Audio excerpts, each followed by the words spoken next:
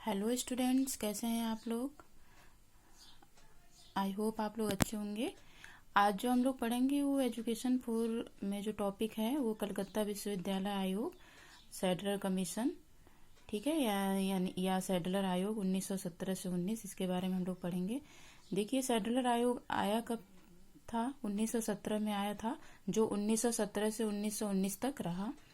और इस सैडलर आयोग के अध्यक्ष डॉक्टर माइकल सैडलर थे, जो कि लीड्स विश्वविद्यालय के क्या थे? उप कुलपति थे, ठीक है। और आयोग ये आयोग लाने का उद्देश्य क्या था, या ये आयोग लाया क्यों गया? जैसा कि हम लोगों ने पढ़ा, Wood dispatch, Hunter commission 1882, Shimla सम्मेलन 1901, है ना, भारतीय विश्वविद्यालय आयोग 1902, और भारतीय विश्वविद्यालय अधिनियम 1904, या लॉर्ड कर्जन की शिक्षा नीति 1904 को पढ़ा। तो कहीं ना कहीं शिक्षा के लिए बहुत सारी चीजें तो कही गई थी, लेकिन कुछ ऐसी समस्याएं थी, तो जो विश्वविद्यालय से संबंधित समस्याएं थी, तो उनको ध्यान में रखते हुए इस आयोग को लाया गया। देखिए, इसका मेन उद्देश्य क्या था? कलकत्ता विश्वविद्यालय समस्या, है ना। तो कलकत्ता विश्वविद्यालय जो था, जिसकी स्थापना 1857 में हुई थी, तो इस विश्वविद्यालय से संबंधित जो भी महाविद्यालय थे, जो भी कॉलेज थे, तो उसमें क्या क्या समस्याएं थी। तो एक तो ये कलकत्ता विश्वविद्यालय की समस्या पे विचार करने के लिए आयोग आया। दूसरा, माध्यमिक स्नातकोत्तर शिक्षा के लिए, ठीक है। तो इन दोनों बातों का डिस्कशन इस आयोग में हम लोग करेंगे। देखिए, ये जो आयोग था, इसमें 7 भारतीय थे, मतलब 7 सदस्य थे। सॉरी, भारतीय नहीं, 7 सदस्य थे, जिसमें से 2 भारतीय थे, ठीक है। जो 2 भारतीय सदस्य थे, वो एक तो थे डॉक्टर आशुतोष मुखर्जी, दूसरे जो भारतीय थे वो थे जियाउद्दीन अहमद, ठीक है। चलिए आगे देखते हैं।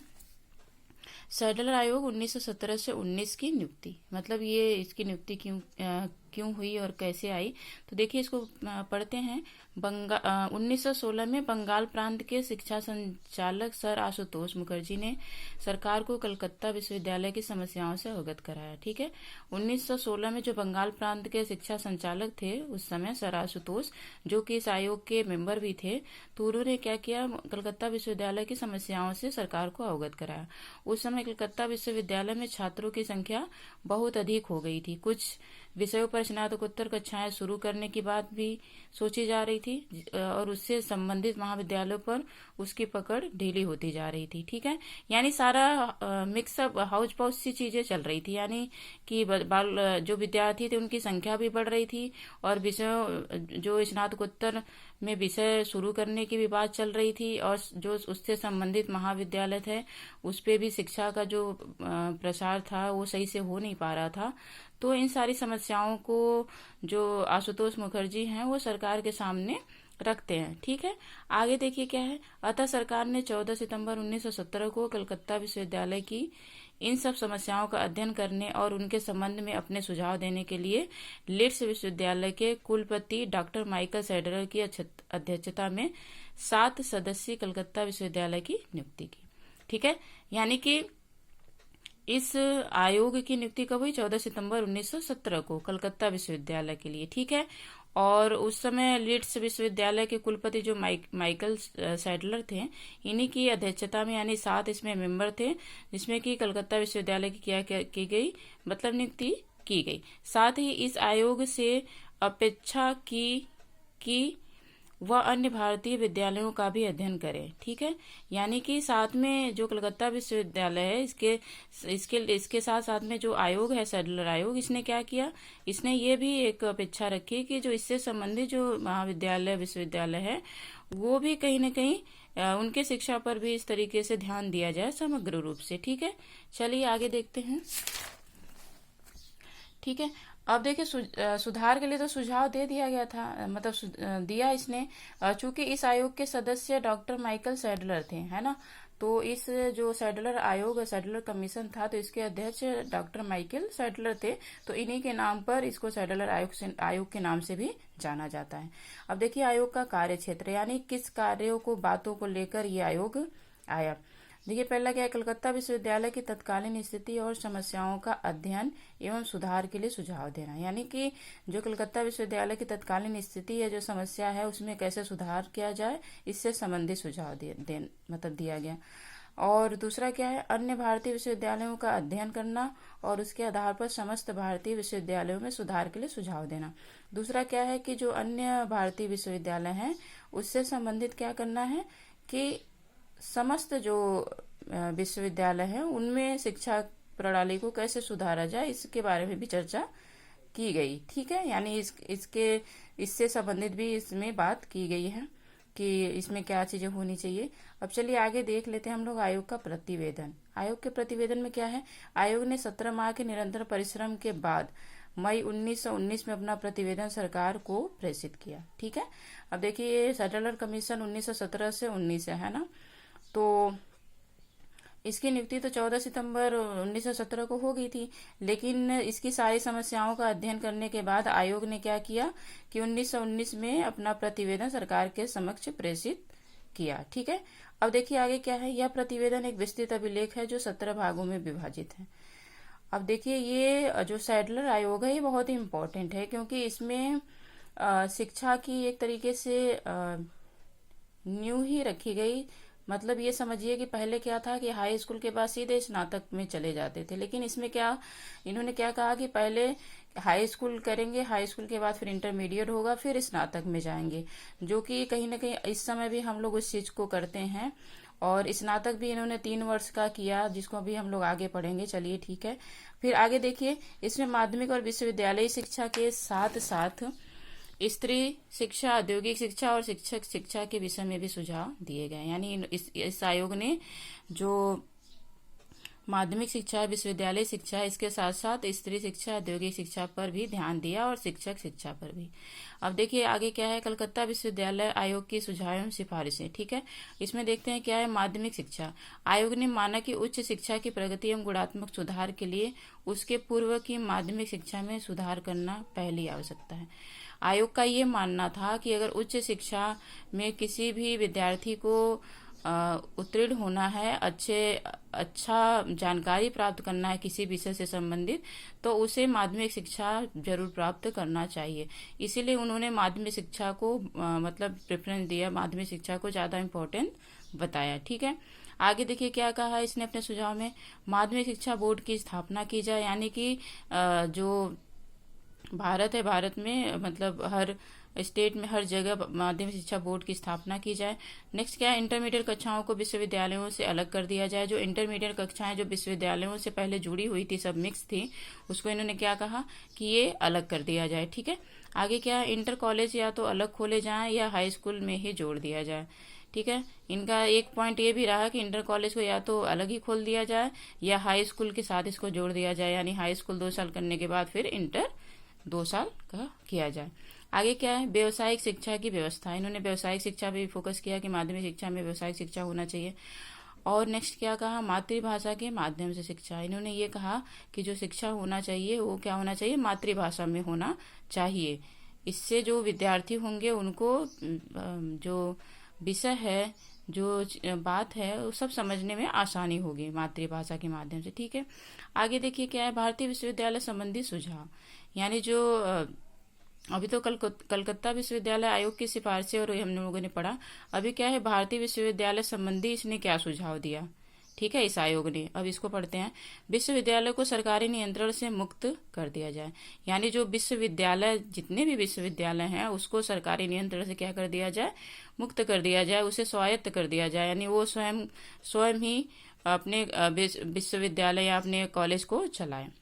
आगे क्या है, विश्वविद्यालय को माध्यमिक शिक्षा के उत्तरदायित्व से मुक्त कर दिया जाए। यानी जो भी विश्वविद्यालय माध्यमिक शिक्षा को अभी तक संचालित कर रहे थे उन्हें क्या कर दिया जाए, मुक्त कर दिया जाए। यानी कि माध्यमिक जो विद्यालय है उसको अलग कर दिया जाए। ठीक है, चलिए आगे देखते हैं। प्रशासन संबंधी नियम सरल और स्पष्ट बनाया जाए। जो प्रशासन संबंधी जो नियम है उसे सरल और स्पष्ट अच्छा बनाया जाए। आगे देखिए क्या, सीनेट के स्थान पर कोर्ट और सिंडिकेट के स्थान पर कार्यकारिणी परिषद का गठन किया जाए, एग्जीक्यूटिव काउंसिल, है ना। तो इसमें क्या है, सीनेट के स्थान पर कोर्ट और सिंडिकेट के स्थान पर कार्यकारिणी परिषद का मतलब ये है कि पहले जो विश्वविद्यालय आयोग जो 1902 था, जो लॉर्ड कर्जन के टाइम आया था ये आयोग, तो उसमें यही था कि जो ये कमेटी बनाई जाए, इंटरनल कमेटी, तो इसमें उसको उस समय नाम दिया गया था सीनेट और सिंडिकेट दिया गया था, ठीक है। जिसको इन्होंने कहा कि सीनेट के स्थान पर उसका नाम कोर्ट कर दिया जाए और सिंडिकेट के स्थान पर क्या कर दिया जाए, कार्यकारिणी परिषद कर दिया जाए, ठीक है। आगे देखिए क्या है, अध्ययन बोर्ड, बोर्ड ऑफ स्टडीज और विद्वत परिषदों यानी एकेडमिक काउंसिल का गठन किया जाए, ठीक है। यानी कि अध्ययन बोर्ड भी बनाया जाए, ठीक है, और विद्वत परिषदों यानी एकेडमिक काउंसिल का भी एक ऐसा भी काउंसिल बनाया जाए जिसमें कि एकेडमिक की चीजें हो। आगे देखिए क्या है, कुलपतियों को वैतनिक किया जाए, यानी जो कुलपति हैं उन्हें वेतन दिया जाए, अच्छे से वेतन उनको प्रोवाइड कराया जाए। आगे क्या है, विश्वविद्यालय में विभागों की स्थापना, विश्वविद्यालय में प्राध्यापकों, रीडरों और प्रोफेसरों की नियुक्ति के लिए चयन, ठीक है। इसमें देखिए नेक्स्ट क्या है कि विश्वविद्यालय में विभागों की स्थापना, विश्वविद्यालय में जो भी सब्जेक्ट से, विषय से संबंधित विद्यालय है वो विभाग है, विभाग की स्थापना की जाए, ठीक है। आगे क्या है, विश्वविद्यालय में प्राध्यापकों, रीडरों और प्रोफेसरों की नियुक्ति के लिए चयन समितियां बनाई जाए और बाहर से विश्वविद्यालय कि कोई भी सदस्य को ना लिया जाए, यानी विश्वविद्यालय से जो बाहर के सदस्य हैं उनको क्या किया जाए, रखा जाए इसमें, है ना। तो जो देखिए, जो प्रोफेसर की जो नियुक्ति की जाए तो उसमें कहीं ना कहीं इसके लिए एक चयन समिति बनाया जाए, ठीक है। तो विश्वविद्यालय में देखिए जैसा कि अभी हम लोग जानते हैं असिस्टेंट प्रोफेसर, फिर उसके बाद रीडर, फिर उसके बाद प्रोफेसर, है ना। तो ये बहुत सारे ऐसे पोस्ट होते हैं जो कि अभी इसको हम लोग जानते हैं और ऐसे पोस्ट पे लोग काम भी अभी कर रहे हैं, पढ़ा रहे हैं। तो ये सारी चीज उसी समय सोचिए कि 1917 में ही सैडलर जब आयोग आया था तभी ये सारी बातें वो अपने सुझाव में कहा था आयोग में, ठीक है। तो इसके लिए भी एक समिति बनाया जाए जिसमें विश्वविद्यालय के बाहर के सदस्य रखे जाएं और फिर उसके आधार पर फिर नियुक्ति किया जाए, उनका चयन हो, ठीक है। आगे देखिए क्या है, विश्वविद्यालय में इंटर उत्तीर्ण छात्रों को ही प्रवेश, ठीक है। यानी जो विश्वविद्यालय है, पहले क्या था, जो हंटर आयोग की अगर बात करें या वुड डिस्पैच, तो कुछ क्लियर नहीं था कि मतलब कुछ लोग ऐसे ही उच्च शिक्षा बस प्राप्त कर रहे थे, हाई स्कूल कर लिया, चलो स्नातक में चले गए, कितने साल का है, कुछ ऐसी चीजें नहीं, 2 साल 1 साल ऐसे ही बस था। तो इसमें क्या था कि सारी चीजें सिस्टमेटिक हुई, है ना। तो विश्वविद्यालय में क्या था कि इंटर करने के बाद ही छात्र स्नातक पाठ्यक्रम को करेगा जो कि 3 वर्ष का किया जाए। जो देखिए हम लोग स्नातक का मतलब होता है वही आपका BA, बैचलर ऑफ आर्ट, है ना। यानी कि ये जो ग्रेजुएशन होता है ये 3 वर्ष का होता है।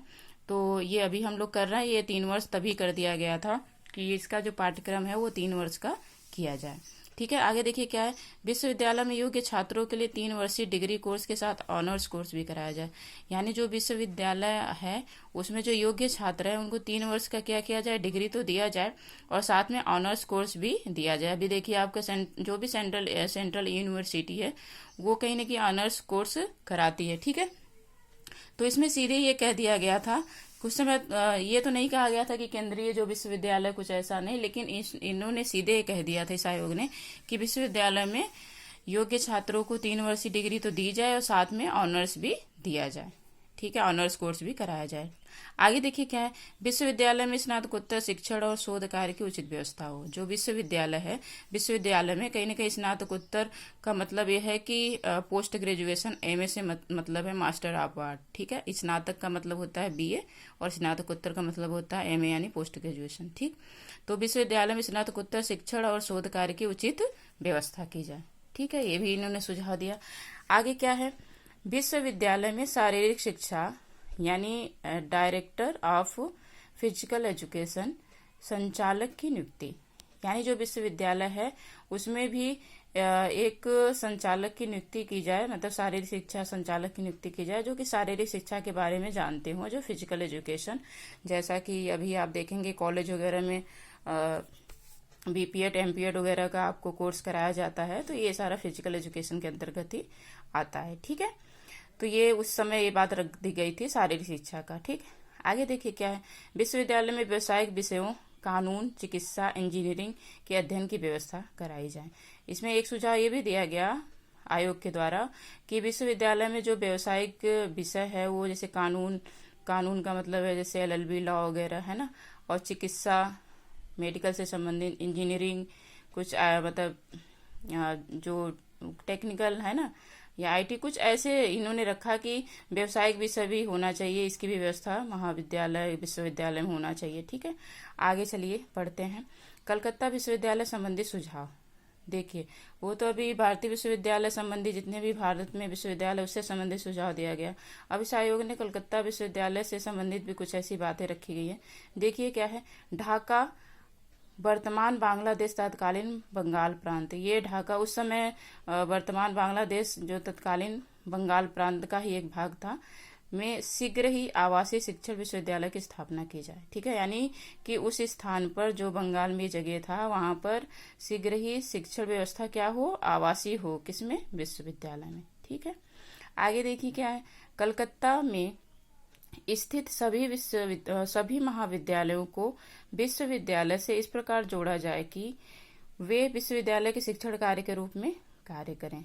यानी इसने कहा कि कलकत्ता में जो स्थित सभी महाविद्यालय हैं उनको क्या कर दिया जाए, विश्वविद्यालय से जोड़ दिया जाए, जिसको हम लोग एफिलेटेड कहते हैं, संबंधित विद्यालय के महाविद्यालय कहते हैं। तो उससे जोड़ दिया जाए जो कि विश्वविद्यालय के शिक्षण कार्य के रूप में कार्य करे। ठीक है, आगे देखिए क्या है, कलकत्ता विश्वविद्यालय से संबद्ध नगर से बाहर के महाविद्यालयों को इस प्रकार से विकसित किया जाए कि भविष्य में उन्हें नए विश्वविद्यालय का रूप दिया जा सके।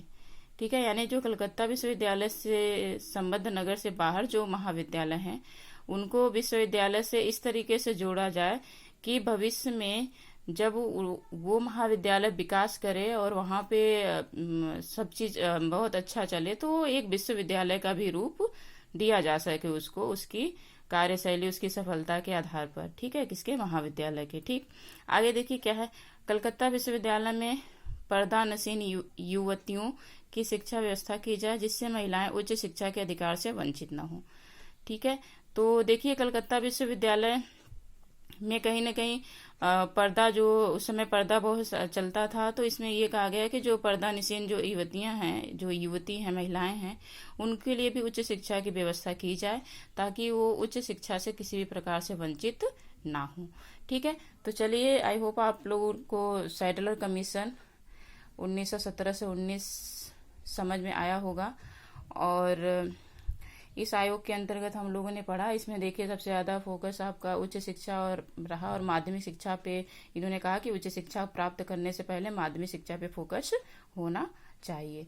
ठीक है, तो चलिए ठीक है, आई होप आप लोगों को ये आज का टॉपिक समझ में आया होगा और इसके सारे सुझाव समझ में आए होंगे। अब देखिए कि इसके जो, अगर हम इसकी बात करें, ठीक है, इसके दोष या गुण की, तो इसमें सिंपल सी चीज है कि इसके जो गुण या दोष हैं, तो गुण दोष में देखिए यही है कि मतलब अगर गुण की बात करें तो इसमें यही है कि प्रत्येक प्रांत में माध्यमिक शिक्षा बोर्ड का निर्माण हो गया। ठीक है, यानी इसे आयोग ने सुझाव दिया तो ये चीजें हुई। फिर क्या है, माध्यमिक स्तर पर अंग्रेजी व गणित को छोड़कर अन्य सभी विषयों का शिक्षण मातृभाषाओं के माध्यम से करना हो गया। यानी अंग्रेजी व गणित को छोड़कर सभी विषय को क्या कर दिया गया, मातृभाषा में कर दिया गया। फिर क्या है, विश्वविद्यालयों को सरकारी नियंत्रण से मुक्त कराकर स्वायत्तता प्रदान करना, जैसा कि ऊपर हम लोगों ने भी पढ़ा। ठीक है, आगे फिर क्या है, आगे क्या है, विश्वविद्यालय में कोर्ट और कार्यकारिणी परिषदों का निर्माण कर उसमें प्राध्यापकों का उचित प्रतिनिधित्व कर दिया। ठीक है, तो ये सारी चेंजेस रहे इसमें, और बहुत सारी जैसे विश्वविद्यालय में विभागों की स्थापना, अध्ययन बोर्ड और विद्वत परिषदों का निर्माण, तो ये सारी चीजें इसमें रही, तो जिसको कि हम लोगों ने पढ़ा। और इसलिए इस आयोग में देखिए कि सारी चीजें बहुत ही व्यवस्थित तरीके से रखा गया, इसलिए ये आयोग कहीं ना कहीं बहुत ज्यादा इम्पोर्टेंट है। ठीक है, चलिए ठीक है स्टूडेंट्स, आप लोग को समझ में आया होगा आज का ये टॉपिक। अब आज के लिए इतना ही, नेक्स्ट टॉपिक में हम लोग नेक्स्ट वीडियो में हम लोग नेक्स्ट टॉपिक से मिलेंगे। ठीक है, चलिए ठीक है, आज के लिए इतना ही, थैंक यू।